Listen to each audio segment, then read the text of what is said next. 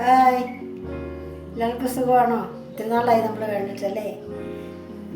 പിള്ളേർക്ക് നമ്മുടെ വീഡിയോ മോന് പരീക്ഷയൊക്കെ ആയിരുന്നു, അതുകൊണ്ടാണ് താമസിച്ചത്. നമ്മൾ കാരണം അവരുടെ പരീക്ഷയ്ക്ക് വന്നു മുടക്കണ്ടല്ലോ, അതുകൊണ്ടാണ് എത്ര നാളും ഇടാഞ്ഞത്. ഇനി വല്ലപ്പോഴുമൊക്കെ ഇടാം. അതുകൊണ്ട് ഇന്ന് നമ്മളൊരു നമുക്ക് ചൂട് കാലമല്ലേ, ഭയങ്കര ചൂടാണ്. ഞങ്ങളുടെ ഇവിടെയൊക്കെ ഭയങ്കര ചൂടാണ്, ഇടുക്കിയിലൊക്കെ.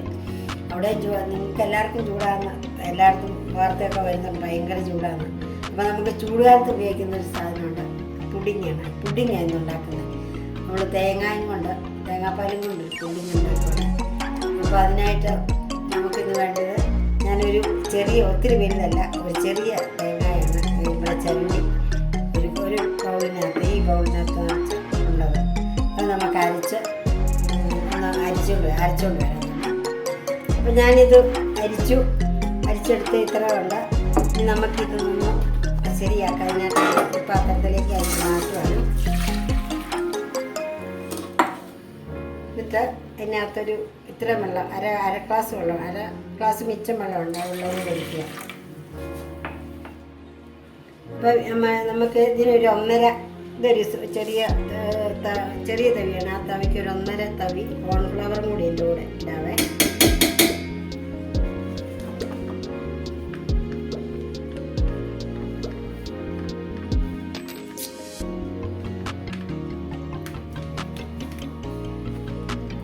തവി കോൺഫ്ലവർ ഇനി നമുക്ക് അടുപ്പ വെച്ച് നമുക്കൊന്ന് ഇളക്കാം.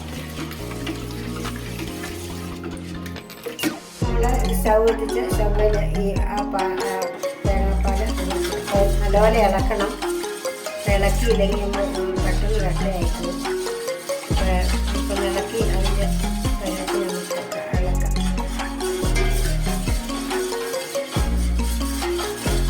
തീ കുറച്ചിട്ടാണ് ഇളക്കുന്നത്. നിർത്താതെ ഇളക്കണം, അല്ലെങ്കിൽ അത് അടിയിൽ പിടിക്കും.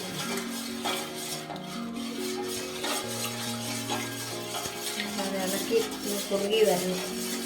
കോൺഫ്ലവർ ചേർത്തുകൊണ്ട് പെട്ടെന്ന് കുറുകി വരും.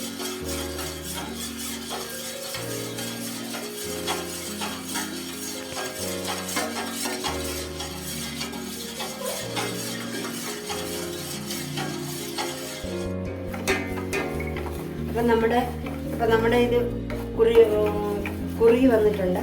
ഇനി നമുക്ക് അത് പിന്നെ ഗ്യാസ് ഓഫ് ചെയ്തതിന് ശേഷം വേണം നമുക്ക് ഇതിനകത്ത് ഇച്ചിരി പഞ്ചസാര ഇടാൻ. ഇത് ഒരു 2 സ്പൂൺ പഞ്ചസാര ഞാൻ ഇടുവാണ്. ഇച്ചിരി ഒരു 2.5 സ്പൂൺ പഞ്ചസാര ഇടുവാണ്. നല്ല മധുരം കുറവ് വേണ്ടിയൊക്കെ 2 സ്പൂൺ ഇട്ടാൽ മതി.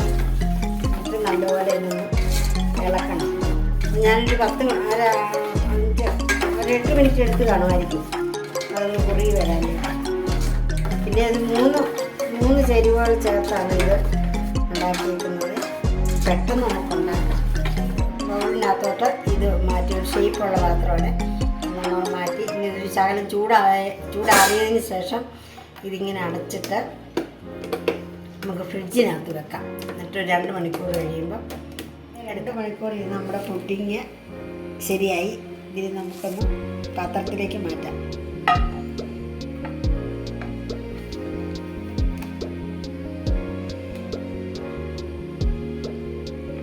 ഹായ്, സൂപ്പറാ, വിറയ്ക്കുന്നു, നല്ല സോഫ്റ്റ്. നമുക്കൊന്ന് ടേസ്റ്റ് നോക്കാവേ.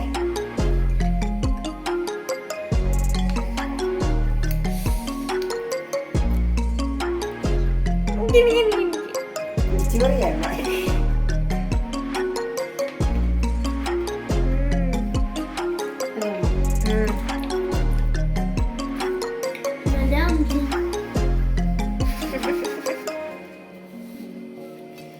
അപ്പോൾ എല്ലാവരും ഇതുപോലെ ഒന്ന് ഉണ്ടാക്കി നോക്കണം. ഈ തണുപ്പ് കാലത്ത്, ചൂട് കാലത്ത്.